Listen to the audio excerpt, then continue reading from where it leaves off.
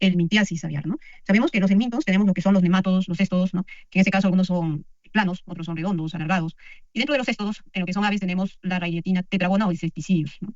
Bueno, estos simplemente, o las gallinas, lo contraen, ¿no? Este parásito, cuando absorben larvas o picotean larvas, escarabajos, hormigas, ¿no? Que son portadoras, en este caso, de este cesto, ¿no? De los huevos de este cesto, quienes dentro de su aparato digestivo son los primeros huéspedes, y luego, cuando lo ingieren la gallina, ¿no? Sabemos que estos a nivel de proventrículo secretan ácidos enzimas, ¿no? El ácido clorhídrico, y es ahí donde se empiezan a liberar estos parásitos, ¿no? El periodo de prepatencia, para poder identificar, es de 3 a 4 semanas, que realmente tienen este tipo de cestos, ya sea, bueno, uno son la bainea, tiene preferencia, o el caracol, generalmente es el portador, ¿no? De ese tipo de parásitos, y su periodo de prepatencia es de 2 a 3 semanas. ¿Y cómo se identifica si hay este tipo de parásitos en las heces, ¿no? Parásitos, realmente vemos si hay gusanos, ¿no? Si hay algo que se mueve en este caso, o este tipo que vienen a ser los huevos, los famosos cisticercoides, realmente parecen como bolitas de arroz, ¿sí? Parecen como bolitas de arroz o como si fuera grasa, pero totalmente formada, ¿no? Y son varios, así como vemos en esta imagen. Estos simplemente son parásitos, no es que el animal haya comido arroz y lo está expulsando tal como lo ha digerido, ¿no? No es eso. Simplemente esto es característico, bueno, no solo en las gallinas, ¿no? Sino que en cualquier especie animal doméstica que podamos observar, se liberan ese tipo de huevos, ¿no? Em, bueno, podemos decir que parece más o menos a un grano de quinoa totalmente hinchado, remojado, ¿no? Cuando el grano de quinoa se remoja, toma esta apariencia parecida, ¿no? Y tiene una apariencia parecida también, perdón, aquí tú pones.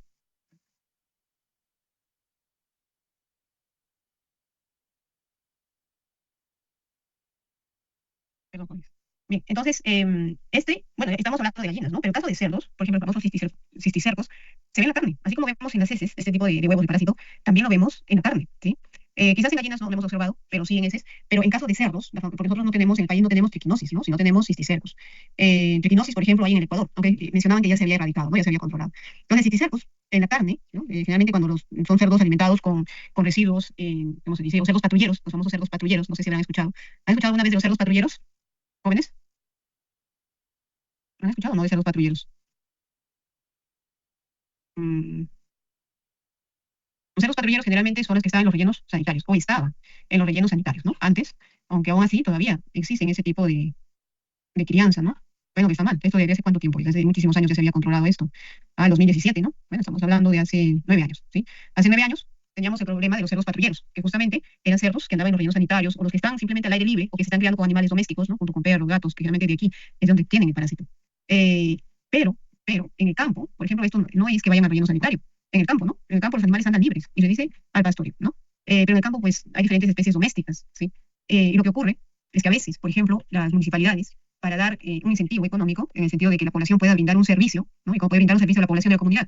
Bueno, en este caso, preparando platos de comida, ¿no? Se hacen preparar comida para una cierta cantidad de población, 100, 200 personas, o de repente dentro de los cursos de capacitación que se da a nivel rural, ¿no? Entonces tratan de tomar los servicios de la persona que realmente pueda cocinar un desayuno o un almuerzo, depende de los talleres, ¿no? Porque hay talleres que son todo el día, unas de la tarde, entonces para que la población pueda estar en los lugares de capacitación, se brinda todas estas facilidades.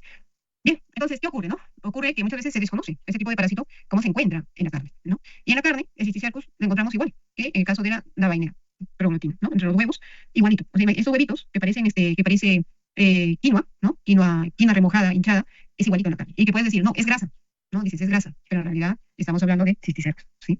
Que se confunde, pues sí, se confunde. La población desconoce, también desconoce, ¿no? Y son casos reales que se dan en campo. Por eso es bueno a veces identificar y diferenciar lo que es grasa, ¿no? De lo que son los huevos de este parásito. Y estamos hablando de carne, no estamos hablando de heces, nada, sino de carne, como aparece ese parásito. Y bueno, pues después son los problemas, ¿no? Y el riesgo que corre la población por desconocimiento, cuando no hay un control sanitario. Quiere decir que en el campo, por ejemplo, matan los cerdos en sus casas, ¿no? No hay un camal donde dicen, y si hay el camal, pues tienes que viajar 2 horas con tu animal para sacrificarlo, obtener el sello sanitario y recién traer. Y eso les demanda costo, les demanda tiempo, y cuando en realidad ellos tienen el espacio, ¿no? La habilidad, ¿no? La habilidad de sacrificio de animales, entonces no hay nadie que certifique que realmente esa carne está libre de parásitos, que es apta para el consumo humano. ¿Es un riesgo? Pues sí, es un riesgo que existe, ¿no? Pero lamentablemente, pues todas las instituciones sanitarias no están en cada comunidad, ¿no? Si uno se enferma en una comunidad X, pues tienes que ir a la capital, ¿no? De esa región para poderte tratar. ¿Y a cuántas horas vas a estar? Vas a estar a 3, 4 horas, que tienes que viajar, ¿sí? Y todavía, y el más cercano puede ser un centro de salud, que solo hay un médico general que ve todo, pero que realmente no sabes qué es lo que tiene, ¿no? Bueno, son riesgos que hay en el entorno rural, más que todo, ¿no? En cuanto a salud, en cuanto a la trazabilidad de un producto, si estamos hablando en este caso de parásitos. Pues en gallinas hay de todo, ¿no? Y siempre ver, atentos a qué cosas estamos consumiendo, ¿no? Bien, y tampoco, si alguna vez ustedes van a campo, tampoco se puede desperdiciar, ¿no? Con el sentido, bueno, yo no sé cómo se habrá criado estos animales, de dónde lo habrá comprado, nos podemos plantear, pero en realidad no se puede rechazar el alimento. Si rechazas el alimento una vez y vuelves otra vez a esa comunidad, si te toca trabajar, de repente con un proyecto social o el SENASA, ¿no? No te vuelven a invitar nada, después no te invitan nada, disfruta, no te dan nada, ni agua por último, ¿no? Porque sabe que le comes, ¿sí? Y claro, y como en campo no se puede botar la comida, entonces simplemente ya no te da otro plato de comida. Bueno, en algunos casos te pueden dar carne, que se puede decir lo más suertudo que, ¿no? En otros casos solo te pueden dar agua con papa y nada más, y unos cuantos granos de arroz, ¿no? Eso va a depender de en qué lugar nos encontremos. Si algunos van a hacer prácticas en selva, me imagino que van a llegar a alguna granja, a alguna institución, ¿no? Que saben, pero imagínense si después tienen que trabajar fuera de esa institución, ¿no? Trabajar especialmente con personas que se dedican a la crianza, que necesitan tener un control en cuanto al área sanitaria de los animales, ¿sí? Ya sea vacunas o prevención tanto de mascotas como de animales de consumo humano, ¿no? Entonces es bastante amplio, ¿no? Pero siempre hay que tener, bueno, siempre tener conocimiento, control de cómo podemos identificar a simple vista, ¿no? Bien, ¿cuáles son los cestos en aves? Hemos mencionado la railetina, tetragonas, cesticilus, proglutina. ¿Y cuáles son los signos que causan estos parásitos? Diarrea, alteraciones en el crecimiento. En cuanto al diagnóstico, generalmente son los hallazgos de los proglótidos, ¿no? Realizando la necropsia, un raspado de la mucosa intestinal o a través de flotación. Que simplemente lo podemos encontrar a nivel del intestino delgado, que muchas veces pasan desapercibidos también. Si no vemos que algo se mueve, no lo podemos identificar, ¿no? Y que a veces son bastante transparentes, pequeños, ¿no? Que parecen como si fueran un cabello, pero totalmente transparentes, ¿no? En cuanto a las lesiones, son poco patógenas, pero sí causan necrosis, enteritis hemorrágica a nivel intestinal, inflamación granulomatosa nodular. Y el tratamiento se puede utilizar vitionol, no niclosamida, o prazisantel, hexaclorofeno. Como medida de prevención, en este caso, manejo del suelo, bueno, pues depende, cestocidas en el alimento, y en este caso, manejo del suelo, pues va a depender mucho del lugar, porque a veces son sitios demasiado húmedos, ¿no? O quizás no los limpian por la facilidad que hay, saben que los animales están vivos, están bien, siguen quedando en lo mismo. En cuanto al hemátodo Syngamus traqueal, por ejemplo, el animal lo adquiere a través del consumo de lombrices, ¿no? Que viaja a nivel intestinal y luego tiene preferencias, especialmente de migrar al nivel del sistema respiratorio superior, ¿no? A nivel de la tráquea. El periodo de prepatencia es de 18 a 20 meses para poder identificarlo. Prefiere ubicarse a nivel de las vías aéreas, los signos que presentan los animales son disnea, tos, estornudos, anorexia y puede causar la muerte, ¿no? En cuanto a las lesiones, presentan úlceras, focos hemorrágicos, inflamación traqueal. Y en cuanto al diagnóstico, bueno, se pueden identificar huevos biopeliculados y ochoblástomos a través de las secreciones nasales, ¿no? O de las heces, o realizando la necropsia, ¿no? Y observar siempre los órganos, especialmente lo que es la tráquea. Tratamiento, se puede utilizar febendazol, tiabendazol, nitrocinil, levamisol. Medidas de prevención, preparar a las aves menores a 6 semanas, utilizar camas secas, realizar fumigaciones constantes y incineración de la cama. Bueno, incineración de la cama a nivel superficial, ¿no? El más común que se ha encontrado viene a ser también el Ascaridia galli, ¿no? Esta Ascaridia galli, su periodo de prepatencia es de 30 a 50 meses, semanas, perdón, meses. Eso generalmente se encuentra a nivel del intestino delgado, que muchas veces las lesiones que causan son traumáticas, ¿no? Porque estas se enredan tanto entre sí que generan compactación a nivel intestinal. Es como si fuera un alimento totalmente compacto, ceroso, pero en realidad cuando realmente encontramos este tipo de conglomerado dentro del intestino, lo abres y podemos encontrar Ascaridia, ¿no? En cuanto a las lesiones, enteritis también causan enteritis catarral, hemorragias, hepatomegalia, esplenomegalia, atrofia del timo. Signos clínicos, diarrea, anorexia, ¿no? Erizamiento de plumas. Diagnóstico, ¿cómo puede verse? A través de una necropsia o análisis coproparasitológico. Lo único, ¿no? No podemos ver más. En cuanto al tratamiento, se pueden utilizar sales de piperacina, febantel, avermectina. Medidas de prevención, tratamiento quimioterapéutico y camas secas. En todo lo que son parásitos, siempre camas secas, ¿no? Y tenemos luego el famoso Heterachis gallinarum, ¿no? Histomona, que sabemos que sobrevive bastante tiempo, ¿no? En el ambiente y que tiene un portador que viene a ser las lombrices de tierra, ¿no? Entonces, estos Heterachis, los animales lo ingieren, especialmente con las lombrices, ¿no? Quienes prácticamente son los huéspedes primarios, ¿no? Para conservar este tipo de terapias. Viven en ambientes húmedos, ¿sí? Y el animal simplemente lo adquiere al consumir las lombrices, y luego estos son eliminados a través de los huevos, ¿no? Entonces, ¿dónde prefieren alojarse, en este caso los heteráquis a nivel de los ciegos? Las lesiones que causan son discretas, ¿no? Hay un engrosamiento de la pared cecal con equimosis, presencia de nódulos en la mucosa en caso de faisanes. En cuanto a los signos clínicos, animales con parásitos, anorexia, diarrea, erizamiento de plumas. Diagnóstico solo a nivel de los residuos o de las heces, ¿no? O a través de la necropsia, los únicos. Tratamiento, sales de piperacina, febantel, avermectina. Prevención, tratamiento quimioterapéutico y prevención camas secas, ¿no? Los artrópodos, también tienen artrópodos, ¿sabes, no? Que es justamente la sensación que hemos tenido en algunas necropsias, ¿no? ¿Qué daños ocasionan? Sabemos que los piojos se alimentan de células de descamación, especialmente de la queratina, ¿sí? O de la vaina de la pluma, también de los fluidos de piel o de la sangre. Tenemos piojos mordedores, piojos chupadores. Los piojos mordedores, generalmente la mayoría de las aves están en movimiento activo, ¿no? Y los piojos chupadores se observan principalmente en mamíferos y son hematófagos, ¿no? ¿Qué ocasiona? Prurito, inquietud, irritación, afecta la ingestión y digestión de los alimentos. Hay disminución, el piojo es disminución de crecimiento, de la producción. Los animales jóvenes son los más afectados. Se transmite mediante contacto directo. Los piojos abundan en condiciones de confinamiento, superpoblación, suciedad, ¿no? Hay diferentes especies de piojos en las aves, que va a depender mucho de la ubicación, en este caso, de la conformación corporal que prefieren. Si puede ser cabeza, cuello, alas, ¿no? Cloaca. Entonces, entre ellos tenemos, por ejemplo, la especie Anatícola anceris, Anatícola, ¿no? Que viene de patos, ¿no? De latín, pato, ana, ¿no? Anatícola anceris, que en este caso es piojo de los patos y gansos. Luego tenemos el Chilopistes melegrades, que es un piojo grande, que le gusta el cuerpo, en todo el cuerpo de los patos, ¿no? Luego hay su Clotogaster heterograpus, es un piojo gris, que prefiere la cabeza y cuello de los patos, ¿sí? Luego tenemos el Goniocotios gallinae, que es un piojo de color amarillo, que prefiere estar en el plumón de los pollos, ¿no? Luego tenemos el Goniodes lijas, ¿no? Es un piojo de color café que prefiere estar en el cuerpo de los pollos. Otro es el Lipeurus caponis, que es un piojo de color gris que prefiere estar en las alas de los pollos. Otro piojo que existe es el Menacanthus stramineus, es un piojo de color amarillo que prefiere estar en el cuerpo de los pollos y de otras especies de aves. El Manopón gallinae es un piojo de color amarillo que se encuentra, que prefiere las plumas, estar en las plumas de las aves, y otro viene a ser el Oxylopeurus polytrapecius, ¿no? Que es un piojo delgado que prefiere estar en el cuerpo, a nivel de todo el cuerpo de los pavos. ¿Qué piojos hemos podido ver nosotros en este semestre? Ha sido un piojo de color amarillo, ¿no? Un color amarillo que se encontraba en las alas, ¿no? Sí, se llamaba gris, amarillo generalmente. Amarillo que se encontraba en las alas de los pollos. No se encontraba en la cabeza ni en el cuello, solo en las alas. Bueno, quizás era un gonicotes y que pasaba desapercibido, ¿no? Recién se observaba cuando se realizaba el sacrificio de los animales y claro, y la persona que manipulaba tenía la sensación de que algo le caminaba por la cabeza, por las manos, etcétera, ¿no? Pero que llega a picar a los seres humanos, no llega a picar, solo molesta, molesta porque empieza a caminar, nada más. De que se muere, claro, que se muere, ¿no? Que morder, pero en realidad no causa daño, ¿no? En caso de aves, ¿sí? En este caso de los famosos piojos. Luego tenemos el diagnóstico, signos clínicos, ¿no? Bueno, se empiezan a rascar, en este caso con el mismo pico, a esparcir las plumas, están totalmente inquietas. Separación de los pelos, de las plumas, observación de piojos o liendres. El piojo lo podemos observar, pero el liendre es bien difícil, ¿no? Considerar la localización del cuerpo, donde observamos mayor movimiento, ¿no? En qué parte del cuerpo. Y es variable, ¿sabes? No podemos decir que es todo lo de alas, que es sobre cuello, podemos encontrar dos o tres piojos o piojos con ácaros, ¿sí? Podemos encontrar diferentes tipos de parásitos. En cuanto a tratamiento y control, generalmente, ¿qué se recomienda? Aspersión de soluciones o emulsiones a presión para aves en jabón. La aspersión en polvo es lo más común. En polvo tenemos el malatión, el carbaryl, ¿no? También tiene presentaciones líquidas. Otro tenemos el cumafos, la permetrina. La aspersión en polvo tenemos carbaryl, cumafos y malatión. Otro ácaro es el ácaro de Manixus gallinae. También es un ácaro que sí hay prevalencia en nuestra zona. Nos han traído alguna vez unos ácaros rojos, ¿no? Llamados también chuchis, los famosos chuchis. Se localiza en las grietas de los gallineros y tiene una forma de placa anal, ¿no? En la parte inferior. Parasita normalmente aves, pero también parasita perros, gatos, roedores que cohabitan con especies avícolas, ¿no? Y eso sí es fácil de distinguir, los ácaros sí son perceptibles, ¿no? Luego tenemos el de Manixus gallinae, que en este caso tiene un ciclo biológico de 10 días, ¿no? Hasta obtener, son liberados en forma de huevos, hasta obtener una fase adulta dentro de los 10 días. En cuanto a los cuadros clínicos, este ácaro genera eritemas y erupciones papulocostrosas, principalmente en la espalda y en las extremidades.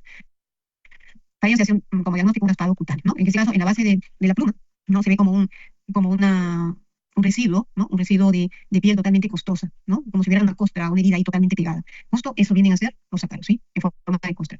Que podemos decir que son nódulos parecidos a marica, pues no, no son. ¿Sí? Los parásitos son totalmente diferentes. Forman como si fuera una harina, ahí está. Como si fuera una harina pastosa, seca, pegada en la pluma. Ya, eso viene a ser ácaros, ¿sí? No es que el animal esté mudando y por eso hay esta como esta presencia de descamación o de harina pegajosa o de harina seca, ¿no? En la base de la pluma. No. La muda simplemente la pluma se cae y empiezan a salir de nuevo nuevas plumas, nuevos rebrotes de plumas, pero la piel está totalmente limpia, ¿no? No hay nada de estas escamaciones o residuos parecidos como harina seca, pegajosa en la base de pluma, no existe, ¿ya? Tratamiento, diclorvos, carbaryl, cumafos, piretoides, ¿no? Prevención y control, inspección de material, educación de personal, fumigación, especialmente que no haya contacto con mascotas. Este ácaro también es común, por ejemplo, en la plaza de cuyes, ¿no?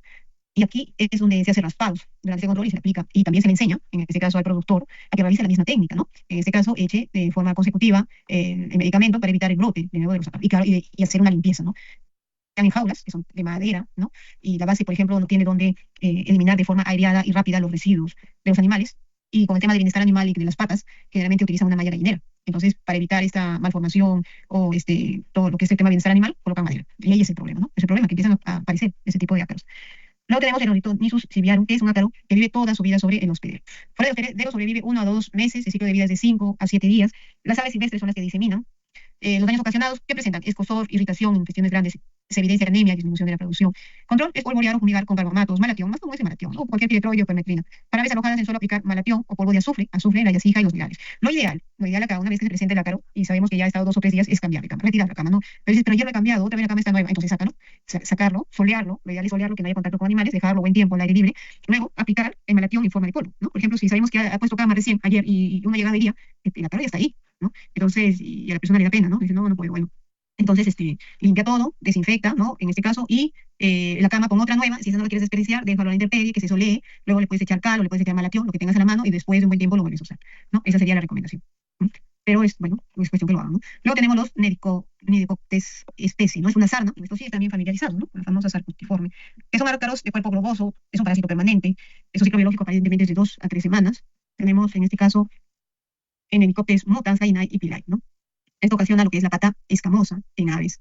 Este ácaro, por ejemplo, en la pata escamosa, sabemos que las patas tienen escamas, ¿verdad? Entonces el ácaro se mete dentro de las escamas de la pata, y hace que las escamas se superpongan unas sobre otras, ¿no? Entonces, por eso es que da esa apariencia de pata escamosa, ¿no? Porque simplemente el ácaro está dentro de la escama, ¿no? Y siempre va a estar así toda, se podría decir, toda brumosa, la escama, va a estar sobresaliente, esa es la palabra, sobresaliente, ¿no? Lo que es el Necoptes gallinae ocasiona lo que es la sarna desplumante. Por ejemplo, en esta gallina, nosotros decimos, a simple vista, podemos decir picaje, ¿no? O canibalismo, bueno, que no vemos sangre, decimos picaje o canibalismo, deficiencia de vitaminas, deficiencia de proteínas. a simple vista, ¿no? Pero si nosotros nos detenemos a ver, a curiosear, como se dice, podemos observar que las plumas, la pluma es de color marrón, ¿no? Pero si nosotros observamos la pluma, la base de la pluma, parece que tuviera como una tierra pegajosa ahí, ¿no? ¿Sí? Como granos o masa compacta pegajosa, ¿sí? Como lo hemos visto en la anterior imagen, y esto no es nubla. Entonces acá ya nos indica presencia de ácaros. Por eso es que se le está cayendo la pluma. No, no es que se le ha pegado, que se le ha pegado diarrea, que se ha tirado al suelo con lodo, no es eso. Eso ya es presencia de ácaros. ¿Sí? Y es al aire libre. Entonces, que por algún lugar o por todo sitio deben estar estos ácaros, ¿no? Entonces, por eso se llama sarna desplumante, porque hace caer las plumas, ¿sí? Y las plumas están totalmente engrosadas, si vemos a nivel de las extremidades, ¿no? Luego tenemos el Pneumococtes pilae, que ocasiona la cara escamosa, que se da generalmente en aves citácidas, ¿no? Esta cara escamosa en aves citácidas es muy frecuente, justamente por varias razones, ¿no? Una, porque están encerrados en jaula, ¿no? Disminuye todo su sistema inmune, y a pesar que no tienen contacto con otras aves, o simplemente no las limpian, algunos dejan ahí con el periódico, porque el periódico va a durar más de un mes, ¿no? No les cambian. Entonces, también es común que presenten este tipo de cara escamosa, ¿no? Formación de costras rugosas de color gris amarillenta, porosas, que son porosas agrietadas. El ciclo biológico del Nericoptes, en este caso, una vez que son liberados los huevos, estos generalmente demoran 14 o una, ¿no? Para su etapa adulta, ¿no? Demoran 1 a 2 meses para poder reproducirse, este famoso ácaro. Diagnóstico, ¿qué se puede hacer? Raspado profundo de áreas lesionadas, ¿no? O remojar, en este caso, las patas, ¿no? Sumergir las patas en baños acaricidas o ivermectina, al final, ¿no? Cada 7 días durante 3 semanas. Prevención, monitoreo de zonas afectadas antes de introducir nuevas aves, ¿no? Generalmente, bueno, esta crianza de aves, nosotros vemos que ya son adultas, pero generalmente el lugar es oscuro, ¿no? Si nosotros vemos esta instalación es oscuro, se nota que cierra, es zona de sierra por el tamaño del muro, ¿no? Entonces, a veces en estas zonas oscuras no hay mucha ventilación, ¿no? Y hay mayor porcentaje de humedad, ¿no? Entonces es un problema ese tipo de ácaros. Las famosas garrapatas, ¿no? Hablamos de las sargas pérsicos. Son garrapatas blandas con hábitos parasitarios nocturnos. Es un parásito temporal. Los herbicidas no tienen estricta especificidad de hospedador. Quiere decir que hasta los seres humanos se pueden trepar o subir, ¿no? Atacan ocasionalmente al hombre. Y uno se pregunta de dónde se ha metido esta garrapata y que está totalmente transparente, ¿no? Lo que lo cubre prácticamente es sangre. Ese color oscuro que le da es la sangre que ya ha succionado. Pero en realidad este tipo de algas o garrapatas pueden sobrevivir bastante tiempo, ¿no? Y son totalmente transparentes cuando no succionan nada de sangre. Las hembras alcanzan 9 a 10 milímetros y los machos son más pequeños, tienen un color cuero, ¿no? Y ligeramente rojizo. Solo como vector pueden transmitir lo que es la borreliosis o periquitosis aviar causada por la borrelia, también pueden transmitir el cólera aviar causada por la pastorela multocida. Estas garrapatas pueden sobrevivir bastante tiempo en el ambiente, incluso en terrenos erizazos, ¿no? En este caso, los huevos son liberados hasta encontrar un huésped que simplemente se puedan alimentar. ¿Sí? Pueden permanecer en la madera, en la arena, incluso uno se pregunta en la arena, como si la arena quema, ¿no? Pero en realidad ellos buscan sombra y pueden sobrevivir bastante tiempo. Los adultos, por ejemplo, viven escondidos durante el día en las hendiduras de los alojamientos, techos de paja, cortezas de tronco y palos. Que se aplican a acaricidas, ¿no? Las instalaciones en forma de rociados, nebulizadores o pulverizaciones se pueden utilizar también directamente sobre las aves para eliminar las larvas, ¿no? Los acaricidas. Entre ellos tenemos las piretrinas, piretroides. También se pueden utilizar órganos fosforados, como el quirófano nebulo. No son pequitas. En este caso, hablamos de estas aves que tienen las famosas pulgas, ¿no? Del orden Siphonaptera, que vienen a ser los equinofagas gallinaceae. Bueno, que parece al final que fueran lunares que tienen las aves, ¿no? Pero en realidad son pulgas. Si nosotros vemos de cerca, acá vemos en estas aves son huevitos de pulgas que están alrededor de la conjuntiva, mientras que el pollo blanco, sí ya son pulgas, ¿no? Que han desarrollado, han crecido y simplemente que se están alimentando, ¿no? Que se adhieren a la piel. Bueno, también llamada pulga, el equinofaga gallinaceae, llamada pulga adherente o pulga fija del ave, las larvas se desarrollan en el suelo y alrededor de los nidos, convirtiéndose en pupas a las 2 semanas. Las pulgas adultas emergen en 2 semanas hasta la época de reproducción. La pulga hembra se adhiere alrededor de la cara y las barbas del ave y comienzan a producir huevos. Causan ulceraciones, irritaciones de la piel que pueden llegar a la ceguera. Bueno, las irritaciones también causan porque el ave está constantemente rascándose la cara con la uña. Entonces, cuando se empiezan a rascar con la uña, generan lesiones, ¿no? Generan heridas. Así cuando no se rasca y le pica algo, igualito. El ave lo hace con la uña y le genera heridas, ¿no? Y que se puede deshacer, pues no sale, ¿no? El Echinofaga gallinaceae, en este caso, la pulga adulta se alimenta diariamente de la sangre del hospedador, ¿no? La pulga adulta puede, en 7 días, en una semana pueden buscar un hospedador y pueden poner 20 a 40 huevos diarios, que quiere decir 500 huevos a lo largo de toda su vida. Y luego estos huevos se transforman en larvas, sin patas, pueden estar de 2 a 16 días, que va a depender mucho de las condiciones ambientales de temperatura, humedad, y se alimentan, en este caso, de compuestos orgánicos durante 10 o 24 días, viviendo en lugares oscuros, húmedos, especialmente en sitios donde duermen los animales, ¿no? Y luego estas larvas se transforman en pupas a las 2 o 3 semanas, ¿no? Entonces, estos capullos pueden permanecer 5 meses en estado inmóvil, se podría decir, hasta encontrar un estímulo de temperatura, de humedad, ¿no? De alimento, que viene a ser un buen, en este caso, un hospedador, ¿no? Y luego se transforma en pulga. El hospedador puede ser gallina, perro, gato, cualquiera, ¿no? Las famosas pulgas, y son las que saltan, ¿no? ¿Cuál es el control? Control. Aplicación de polvo directamente sobre las zonas lesionadas y en la cama. Las pulgas adultas se pueden quitar a mano, pero ¿quién va a quitar las pulgas a mano? Si fue una mascota muy especial, quizás, ¿no? Que estamos hablando de gallinas. Untar las zonas afectadas con vaselina para ocasionar la muerte de la pulga por sofoco. Criar las aves en jaulas a 1 metro, que no estén en contacto con el suelo, ¿no? Porque son bastante resistentes. Rociar con calvaría 5% en polvo malatio en caso que haya pulga. Y aquí nosotros sí, en forma de expresión sobre la cama, rociar, ¿no? Estos productos. Aquí lo que podemos hacer, nosotros sí podemos percibir que hay pulgas, ¿no? ¿Sí? Nosotros sí nos damos cuenta que hay pulgas porque nos empiezan a picar, ¿verdad? A succionar. ¿Qué otros métodos domésticos jóvenes tenemos con la pulga? ¿Alguno de ustedes, alguna experiencia que tengan para combatir la pulga en animales? o en gallinas que hayan escuchado o hayan visto? ¿Jóvenes? ¿Alguien? ¿Conocen algún tipo de método? ¿O siempre necesitamos el malatión, el carbarín o a un órgano fosforado para poder combatir lo que son las pulgas? Bueno, las pulgas, que son más domésticas, ¿no? ¿Sí? ¿Alguien? ¿Jóvenes? ¿Israel? ¿Estás? Sí, sí, pero no tengo problemas con pulgas ahora. ¿No? ¿Algún método doméstico no contra pulgas, contra sarna quizás, en la crianza? ¿O para desinfectar? ¿No? ¿Tú me puedes repetir la pregunta? ¿Cuál? ¿Puedes repetir la pregunta, por favor? Ah, sí, contra la sarna o algún tipo de parásito para controlar en la crianza. Israel está en otros. ¿Alguien conoce algún otro tipo de métodos jóvenes? Por ejemplo, la vaselina, ¿no? Se puede untar con vaselina.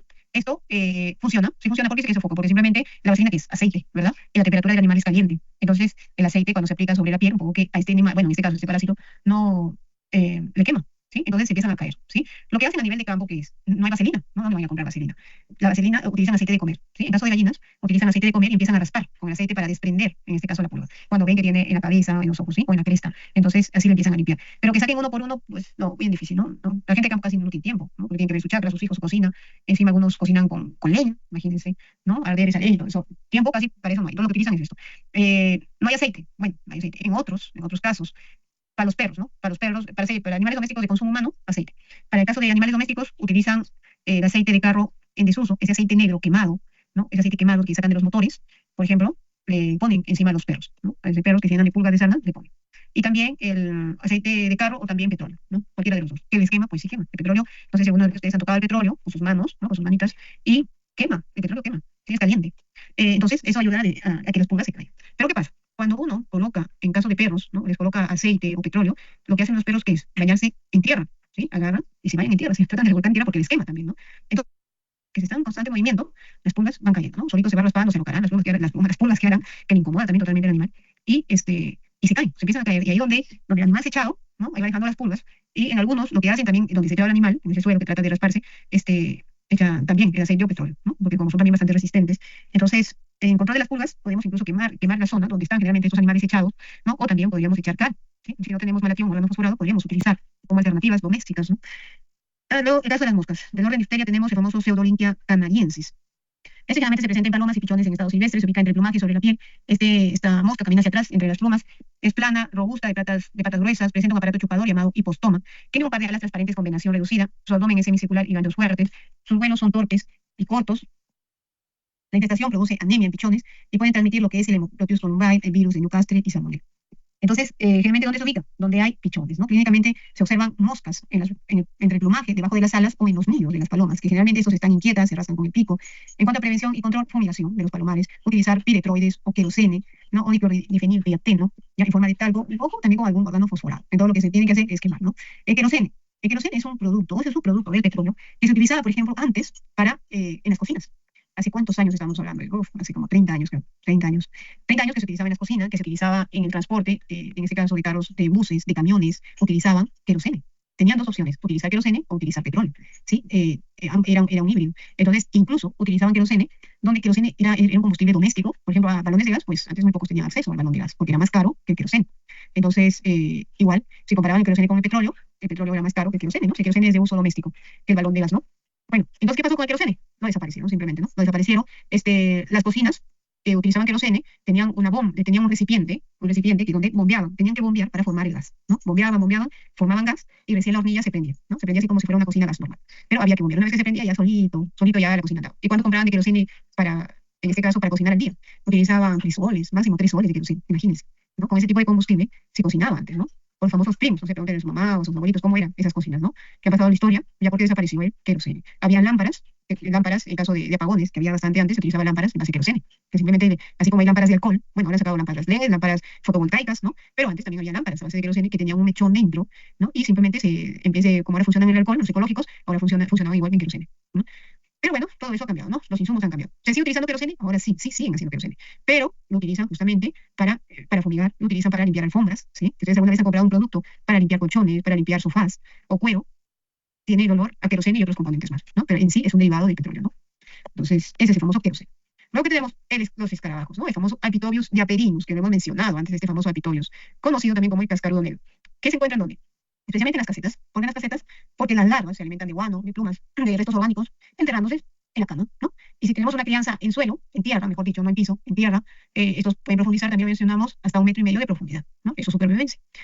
Practican el canibalismo, en caso que estos pueden permanecer hasta un año dentro del galpón, ¿no? Hasta que de nuevo empiecen a criar. Si no hay alimentos, se comen entre ellos, ¿no? Supervivencia. Transmiten agentes patógenos como Salmonella, E. coli, enfermedad de Newcastle, Marek e Imelia. O su posición en grietas y paredes. Es su único refugio. Las larvas también están ahí. Los adultos pueden vivir de 3 a 20 meses. Ciclo biológico es de 60 a 85 días. Y en este caso, para el control del famoso alpitobio, se tiene que mezclar, ¿no? Se tiene que combinar, en este caso, productos que maten tanto adultos como larvas, ¿no? Porque si no compramos un producto que afecte a los adultos y larvas y solo uno de ellos, vamos a crear resistencia. Vamos a crear resistencia si atacamos solo a las larvas, vamos a crear resistencia para los adultos y igual y viceversa, ¿no? Por eso tiene que utilizarse un adulticidas y larvicidas, ¿no? En caso de escarabajos. Se pueden utilizar organos fosforados, carbamatos y piretroides.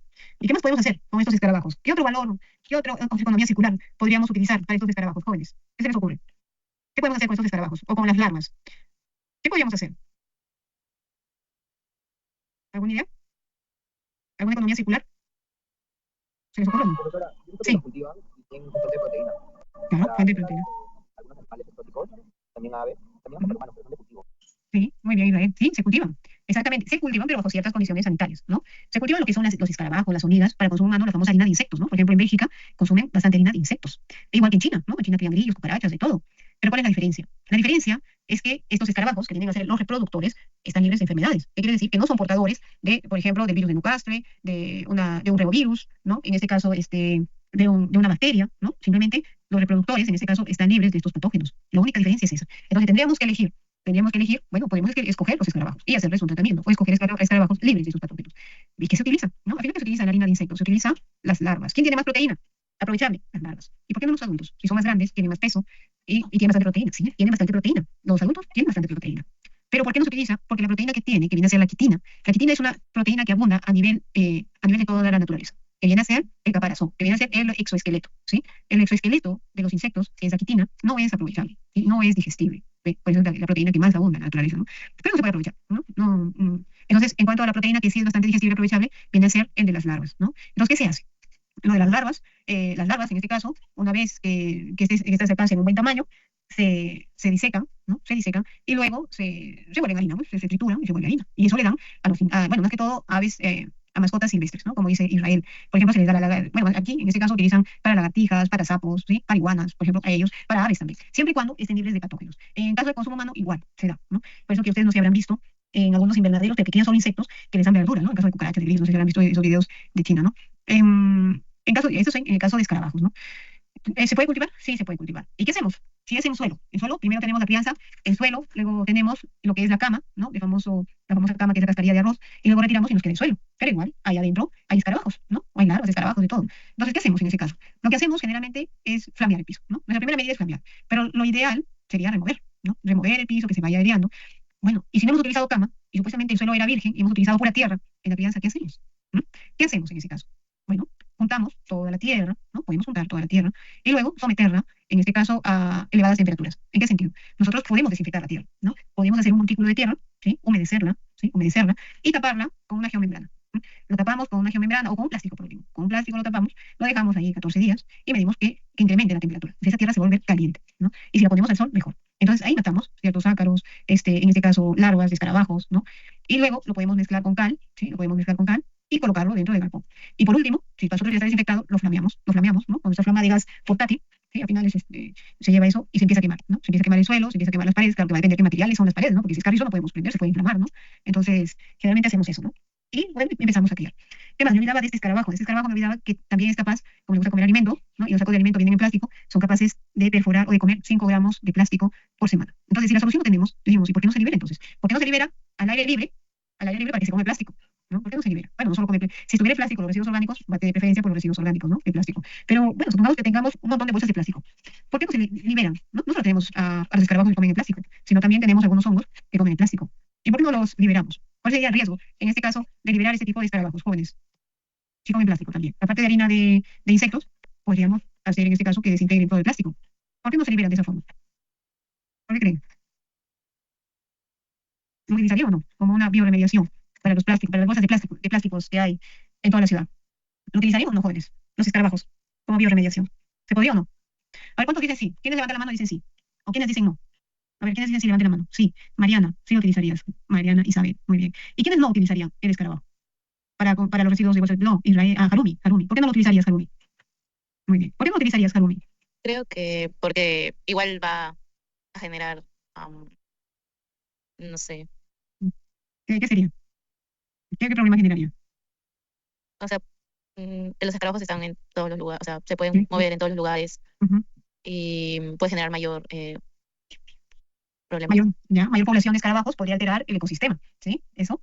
Muy bien, exactamente. O sea, la solución está, pero el problema es que se desconoce, ¿no? Que sí se podría hacer, pero ¿qué pasa si se libera? Por ejemplo, yo voy a liberar una población de 1 millón de escarabajos para que se coman el plástico, pero si libero ese millón, ¿qué va a pasar después? ¿No? ¿Quién va a controlar a este escarabajo? Tendría que soltar lagartijas, jañapes, tendría que soltar sapos, cualquier anfibio, para realizar un control biológico, si yo quiero utilizar una bioremediación, ¿no? Entonces, no sabemos el efecto secundario que podría tener al liberar este tipo de insectos para que se consuman todo el plástico, al menos en los rellenos sanitarios, ¿no? O cómo podrían modificar su genética, ¿no? Se desconoce. Entonces, en ese caso, pues tendría que ser un lugar totalmente cerrado, un control biológico, ¿no? Quizás, o controlar esta población, que no haya fuga, ¿no? Ese sería el riesgo que podría existir. Bueno, igual que los criadores de la harina de insectos, ¿no?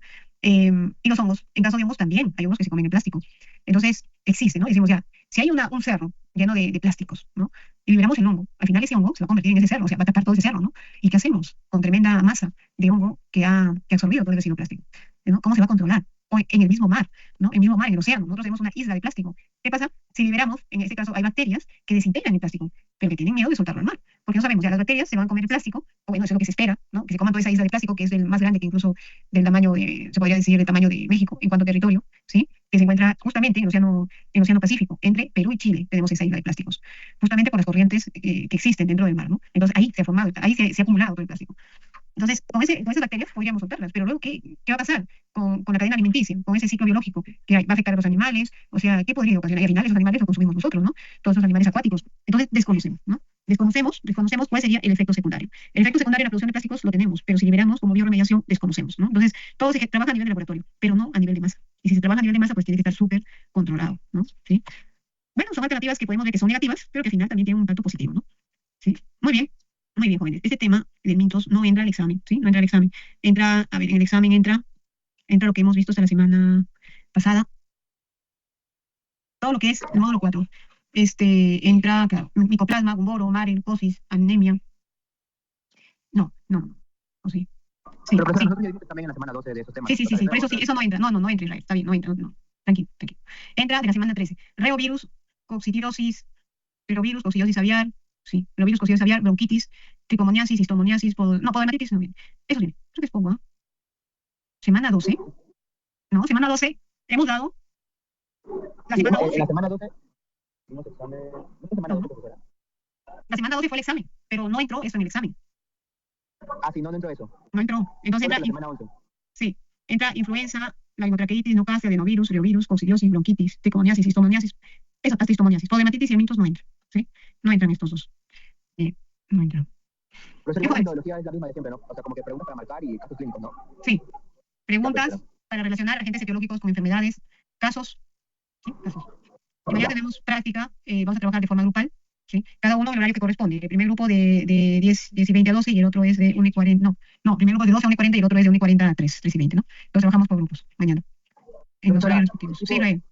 tipo algún tema que entre así como que más en el examen, como para darle quizás un poco más de énfasis a eso, o todo Mm, más o menos por igual. sí, más o menos. Ajá. Ya, Sí, Israel. gracias. Mira, nada. Bien, vamos a hacer un resumen de los diagnósticos diferenciales de las enfermedades que hemos visto, ¿sí? En el sistema digestivo, por ejemplo, enfermedades que podemos observar a nivel de la boca y faringe, tenemos lo que es la viruela aviar, la candidiasis y la tricomoniasis, ¿sí? En este caso, porque causan lesiones de forma cutánea, lesiones nodulares, y que pueden ser incluso costras gruesas. También, bueno, a nivel de boca y faringe, también pueden causar regiones respiratorias, en caso de la viruela aviar, ¿no? Y en caso de la candidiasis, por ejemplo, causan también lesiones en el pico, lesiones digestivas a nivel del buche, del proventrículo, de la molleja, ¿no? Y con material blanco gaseoso. La tricomoniasis, ¿no? Úlceras orales, placas amarillas o masas gaseosas en la cavidad oral, faringe, esófago y buche. Y hay una diseminación sistemática. En el esófago y buche, ¿qué podemos encontrar? El famoso buche penduloso, ¿no? En el buche. Luego también podemos encontrar candidiasis, tricomoniasis. A nivel del proventrículo, ¿qué encontramos en el proventrículo? Bastante, que se puede diferenciar, Marek. Seguimos con la candidiasis, influenza aviar, nucase y bumor. En enfermedad de Marek, ¿no? Presentan lo que son linfomas difusos o nodulares en órganos viscerales. No sé, no solo en el proventrículo, ¿no? Sino también a nivel del hígado, el vaso, ovario, riñón, corazón, en la bolsa de Fabricio, causan diarreas, ¿no? En la piel, los folículos de la pluma se encuentran engrosados, músculo esquelético. Luego tenemos lo que es la influenza aviar, ¿no? La influenza aviar, bueno, causa parte de signos respiratorios. Hay hinchazón facial, hemorragia. Influenza aviar se relaciona bastante con hemorragia, ¿no? Hemorragia, cianosis, diarrea, encefalitis, pancreatitis. No castre, muerte súbita con alta mortalidad, lesiones hemorrágicas, a nivel del proventrículo, a nivel del tracto intestinal, encefalitis, gumboro. Gumboro, una forma aguda es el picoteo de la cloaca, diarrea, inflamación de la bolsa de Fabricio, la cual se encuentra hinchada al inicio y luego se atrofia, hemorragias petequiales a nivel del músculo, del hígado, deposición de uratos en riñón. Y en la molleja, ¿qué podemos observar? Podemos observar también lo que es Newcastle, influenza, anemia infecciosa, también podemos encontrar Maric, ¿sí? A nivel intestinal, bueno, acá tenemos casi las famosas ascarídeas, ¿no? Intestinal también podemos observar la bronquitis infecciosa, que puede alterar con enteritis, la famosa coccidia, ¿no? A nivel del intestino grueso, delgado. Enteritis ulcerativa y necrótica, ¿no? Que puede haber en algunos casos úlceras profundas a nivel del intestino, ciego, peritonitis, hemorragias a nivel del hígado, del vaso, esplenomegalia, hepatomegalia, deyecciones acuosas. Enteritis por E. coli, generalmente, bueno, también se puede dar con diarrea, deshidratación, ciegos pálidos, llenos de líquido, la famosa coccidiosis a nivel intestinal, ¿no? Con masas fibrinonecróticas, puede existir cubriendo la mucosa o centros gaseosos. La influenza aviar, ¿no? En este caso, causando diarrea, el cólera aviar, ¿no? En este caso, ocasiona lo que es una hemorragia, una oforitis, necrosis del hígado, vaso. A nivel del ciego, tenemos también la famosa E. coli, la coccidia, la histomoniasis, la tricomoniasis. Histomoniasis, ¿qué presenta? Diarrea de color azufre, amarillo azufrado, ¿no? También puede tener una tiflitis, ¿no? Lesiones hepáticas, focos necróticos en forma de escarapela, ¿no? Los famosos nódulos, ulceraciones a nivel del hígado, con bordes elevados y depresión central. Tricomoniasis, a nivel de los ciegos, bueno, realmente úlceras o placas amarillas o más gaseosas. Páncreas, ¿qué afecta el páncreas? Marek, influenza aviar, ¿no? En este caso, tenemos en ambos que causan lo que son linfomas. Bueno, Marek causa lo que son linfomas o nódulos viscerales. En influenza aviar hay una alta mortalidad, causa sinusitis, ¿no? Uno de los signos, hinchazón facial, diarrea, encefalitis, pancreatitis. Lesiones neoplásicas, tenemos Marek, leucosis linfoide, leucosis mieloide, ¿sí? Hepatitis con hepatomegalia. ¿Cuáles son las enfermedades? Bueno, hay varias. Uno viene a ser la micoplasmosis, ¿no? La micoplasmosis reduce lo que es la incubabilidad, también genera esofolitis, anormalidades en plume y deformidad de piernas. También la colisepticemia puede causar hepatitis con hepatomegalia, ¿no? El cólera aviar, la enteritis ulcerativa, los streptococcus, aunque no lo hemos visto, Staphylococcus aureus, el síndrome de hígado graso, colis infecciosa, las pseudomonas, ¿no? Ahora estamos viendo parásitos, perdón, bacterias oportunistas, ¿no? Tenemos las histomonas, las tricomonas, el síndrome ascítico también, ¿no? La famosa asitis. Y la gota visceral también causa una hepatitis con hepatomegalia, ¿no? La gota visceral, como el síndrome ascítico, sabemos, ¿no? Que los animales presentan palidez, muerte súbita, cianosis, hipertrofia marcada, dilatación del ventrículo derecho, hidropericardio, hígado moteado, congestionado, hay una congestión pulmonar. En la gota visceral hay precipitación de uratos, ¿no? A nivel de riñón, también puede haber uratos a nivel de corazón, no necesariamente tiene que ser fibrina, y eso nosotros lo podemos observar a nivel del hígado, a nivel de los riñones, ¿sí? Que es parecido a la fibrina, pero en este caso parece cal seca, ¿no? Parecido a eso. La fibrina hemos visto que es medio amarillento, ¿no? En cambio aquí es un poco los uratos que se forman, que realmente son de color blanco, ¿no? Más blanco que la fibrina es blanco amarillento, pero en este caso es blanco, ¿ya? Totalmente blanco. A nivel del corazón, a nivel del hígado, podemos ver los uratos. Pero ¿qué nos indica que hay uratos o no? Los riñones, ¿sí? Sacos aéreos, peritoneo, músculos también en la cápsula sinovial y en el vaso. En el sistema respiratorio, quienes presentan descarga nasal, exudado seroso hemorrágico. Bueno, descarga nasal es la mayoría, ¿no?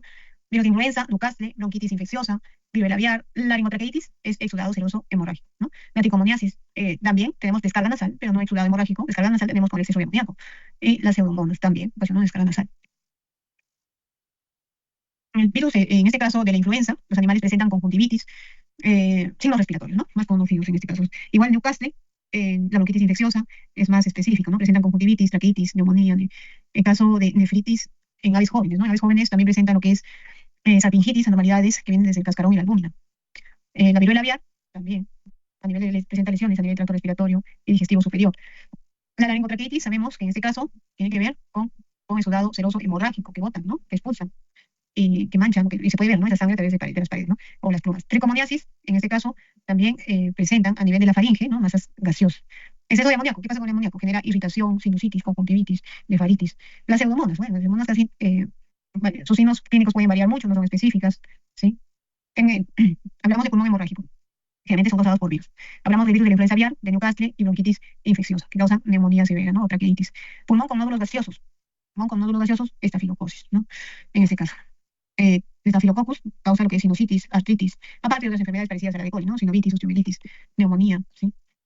Enfermedades cardíacas. Tenemos que causan la miocarditis, que se ubican en miocardio.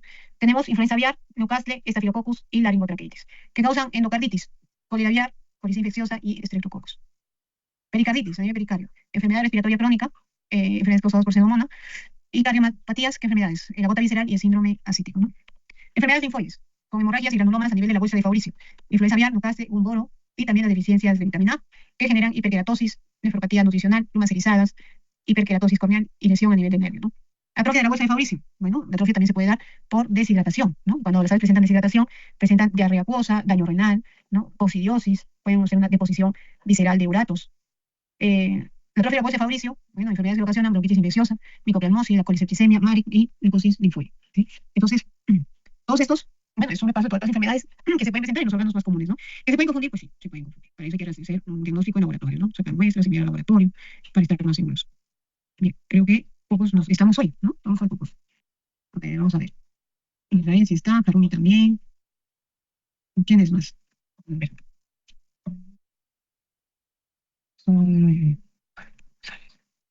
Bosme, Castelo, yo, Fernando, Profesora, disculpe, creo que es mi apellido. ¿Perdón? sí, Carranza, sí, estoy tomando asistencia. A ver, está Ah, ya no, sí, es que Liberach, sí, está fallando un poco. Liberach, Sí, Carranza, sí, Pichón, sí. Coronado, Castelo, Profesora Carlota, presente. sí, Carranza, Profesor Bosme Calderón está, presente. ¿quién? Coronado, ¿no? Gastelo, González, Gosme y Vargas. ¿Alguien que no haya llamado, que está presente? Calderón, Liberach, Calderón, Calderón, ya, Calderón, Quiñones. ¿Alguien más que no está, que ha llamado y que no he escuchado su nombre? Pues está el profesor Villagrach. Sí, Liberach está. 1, 2, 3, 4, 5, 6, 7, 9, 9 está. Jóvenes, ¿alguien falta exponer para mañana? ¿Alguien? ¿Seminario? ¿Falta exponer para mañana? Yo, profe, a mí me falta. Ya, Es Liberach. síndrome de Marfan. Ya, muy bien. Entonces mañana exponemos primero y luego trabajamos en grupo. ¿Ya? Astrid. Muy bien, jóvenes. Consultas, preguntas. Bien, si no hay consultas, mañana únanse. Tenemos trabajo grupal en el horario que corresponde. ¿Sí, jóvenes? Profesor, una preguntita así bien curiosa. Sí, Calderón. Las notas aprox, ¿sabe cuándo podrían salir? Sí. Hay algunos que todavía faltan algunos trabajos presentar. Yo creo que mañana más tardar. Mañana ya estaré publicando las notas. Ujú. Ok, gracias. A ti, Calderón. Muy bien, mañana estaré publicando las notas, ¿sí? Muy bien, jóvenes. Gracias por su atención. Nos vemos mañana. No se olviden conectarse. Hasta luego, profe. Hasta luego. Cuídense. Que les vaya bien.